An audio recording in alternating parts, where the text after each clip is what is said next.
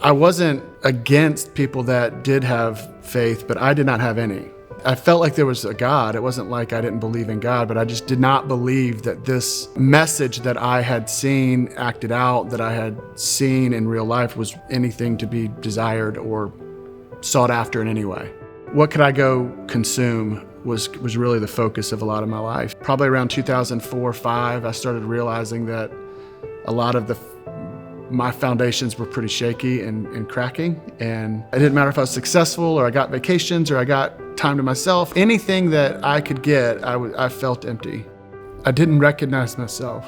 It's like, this isn't me, right? This isn't who I've become, right? My eyes began to open up to it, and I had enough people who had poured into my life prior to that. I knew somewhere to turn. I knew that I could turn to church, and I just said, God, if you do care about me, then I'll lay down, because I can't take this anymore. There's nothing else the world could fill, nothing that could be put in there. It had to be Jesus. I started out in technology as a network administrator. I developed my first website for the company I work for, and I knew that's what I needed to do. That was the path I needed to go down, and I continued down that path for the last 21 years now. Several years ago, I was teaching Sunday school at a local church here.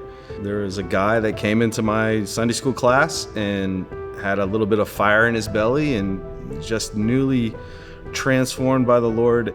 People like Jesse Horn and others somehow became people that I was around that I could go ask questions of. I gained to this day, unquenching desire to read Scripture and understand who God is through His Word. As you read Scriptures, He had Jesus when He's looking for people that have needs. Like it's constant. He's very interruptible. Every person's important to Him that you see Him interact with. He cared about our human condition. I got some cards made up, and I started driving around looking for people on breaks at loading docks, if I could find them. And I'd pray, God, show me who to go help.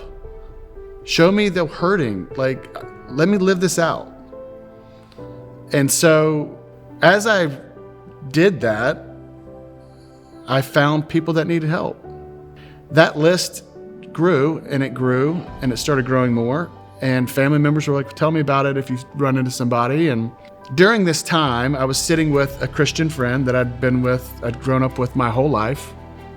I said, what if we connected people that have needs with Christians that want to help?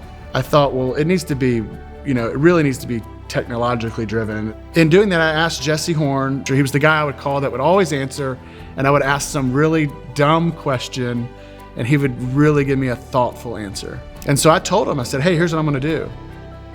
And he looked at me and he said,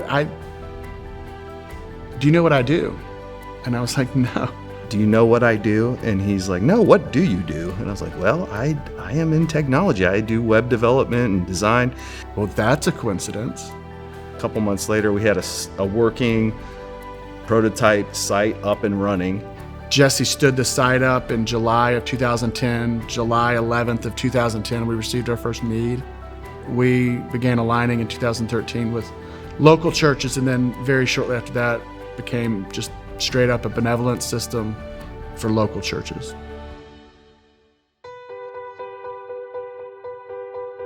We all have one need. We seek out lots of other felt needs. The power of God, the one need, is the gospel. And to deliver that to someone is to deliver their one need. To come to a saving faith in Jesus Christ is the single need of every soul that was made in the image of God on this earth. One need is a constant reminder when we say the name to stay focused on glorifying God and sharing the gospel through benevolence and not making it about the 27, 30 other needs. If we can help, we should help. Scriptures are so clear on that. But paying mortgages does not save souls. Paying mortgages shows generosity, shows caring, shows qualities that point to Christ. And in doing that, it opens up conversations. Those conversations are best done at local churches over time. That's how we came up with the idea of OneNeed, to just continually keep us focused on the important.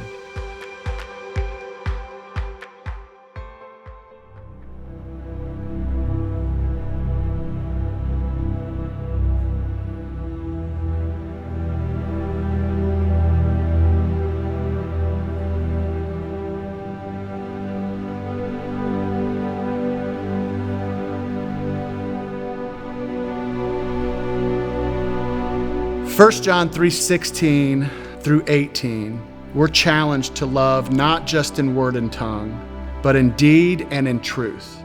And what that means is, if I come to you and I say, man, I'm starving, and you say, well, okay, I'll pray for you, and you give me some really good advice, that's not what we're supposed to be doing as believers. If I have a good or a service that can help you alleviate suffering in some way, I should do that. So I should love you in truth and in deed. And on the phone calls, every benevolence call, we seek to love them in truth and, if it's appropriate, in deed. And when we do that, it leads to lasting impressions with people, because it's not some small amount of a very small gift card, a token kind of thing. It's usually much, much larger than that. It's a mortgage payment or a car payment or something even bigger than that. Benevolence is messy because people are messy. When we find ourselves in benevolence conversations, they're messy to the point that there's no right or wrong answer, and there's no formula you can write down. It's never going to evolve into a formula, an app, a technology that solves the problem. The only way to do benevolence, because it's so messy, is to have an interaction between two people, between someone that really cares and wants to understand the other person, and that person feeling free enough to be honest and open about what their needs are. And when people are honest and open, it's messy.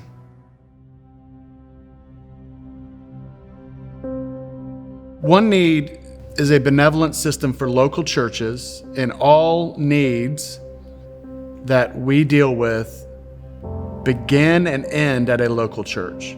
We believe partnering with the local church best aligns us to share the gospel with the people in need on an ongoing basis, not a one-time basis. And so when someone has a need and they approach a local church, on that church's website, there's a link where they can click that allows them to submit their need. That need submission alerts our team that there's someone that has a need at that local church. While connecting with them, we are really seeking to fully hear their situation, fully understand their situation, but also to make sure that they feel fully heard and fully understood.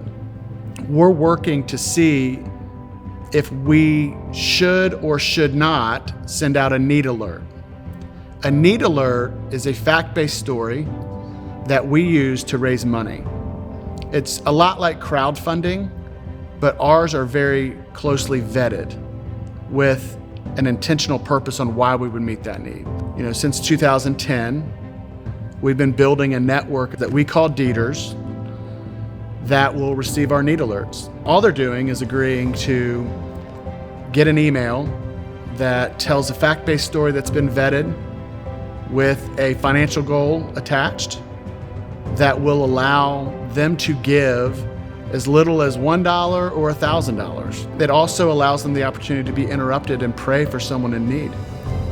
And they can advocate for that person through their social media platforms and just share the need. We raise that money very quickly. The local church then gets that case report with all the case details and the money. They go out into their community, create that connection, and attempt to build a relationship through the felt need to talk about that person's eternal needs. It would be hard for us to express how thankful we are for all the people that have been around OneNeed, all the Deeders, all the local churches that have entrusted us to help them with their benevolence, all the people that have trusted us with their needs. For OneNeed to grow, we're going to need even more people to get involved and even more support, because we want to help more people in need.